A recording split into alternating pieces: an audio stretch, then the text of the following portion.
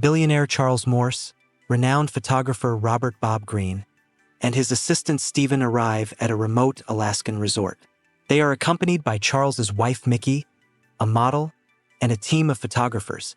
Resort owner Stiles warns all guests not to leave food outside to avoid attracting wild bears. During the photo shoot and birthday celebration, Charles receives a wristwatch from his wife and a pocket knife from Bob. During the shoot, Charles notices that Bob and Mickey are flirting. Later, when Bob fails to take a photo of the model in time, he decides to find a local hunter, Jack Hawk, to help them. The three men board a small plane and fly to the hunter's house, but find it empty, with a note saying that Jack is nearby hunting.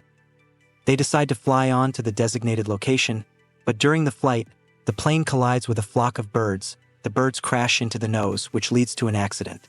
The pilot dies, but Charles, Bob, and Stephen survive, escaping from the sinking plane and reaching the shore of the lake. Among the items lost in the crash is a survival book that Charles had recently received in the first hours after the crash. The three men gather firewood and build a fire to spend the night by the lake. The next morning, Charles uses a compass and a piece of paper to determine the direction south to reach civilization. They begin their hike, but soon encounter a bear, a large and dangerous Kodiak bear. A chase ensues, during which Bob saves Charles when he nearly falls off a log bridge. However, tensions between Charles and Bob grow as Charles suspects that Bob may be plotting against him, possibly because of his relationship with Mickey. The group continues on, but soon discovers that they have returned to the same lake, meaning they are lost and going in circles. At this point, Stephen, distracted, tries to carve a spear to catch fish, but accidentally wounds himself in the leg in the evening. The bear, smelling Stephen's blood, attacks the camp. Stephen becomes the bear's victim, who devours him and drives Charles and Bob away. The remaining two realize that they are now alone with the wild nature and danger. Charles and Bob gradually adapt to the harsh conditions.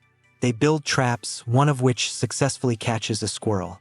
During an attempt to attract the attention of a passing rescue helicopter, they fail to signal, which increases the tension. Bob openly expresses dissatisfaction with Charles's wealth and their situation. A conflict occurs, but after a spat, they decide to give up hope of being found and begin moving towards civilization. During their journey, they reach a stream, where Charles tries to catch a fish. At this moment, the bear appears again and attacks, causing Charles to fall and return to camp. The couple is in constant fear of the beast for the next day. Charles realizes that the only way to survive is to kill the bear. They build a trap and engage in a fight with it using spears. The bear wounds Bob, but Charles eventually kills the animal. The bear pierces itself with a spear and falls dead. After the victory, they rest and continue on their way. Along the way, they come across an abandoned cabin. Inside, they find supplies, a rifle, ammunition, a canoe, and other things that will help them get out of the woods. Bob examines the canoe, and Charles finds a receipt confirming his suspicions that Mickey and Bob had a secret affair and that Bob planned to kill Charles for her. Bob, armed with a rifle, orders Charles outside, but falls into a dead-end bird trap, severely wounding himself. Charles refuses to kill Bob and rescues him from the pit to help heal his wounds. The two begin canoeing down the river. Charles starts a fire to keep Bob warm. Bob apologizes for betraying him, claiming that Mickey was unaware of his intentions. A helicopter appears in the distance, attracting Charles's attention. It successfully signals, but Bob dies from his wounds. Back home, Charles reveals the truth about Mickey, showing her Bob's wristwatch, a gift she secretly gave him, proving her betrayal. At a press conference, when asked about the deaths of his companions, Charles states that they died saving his life.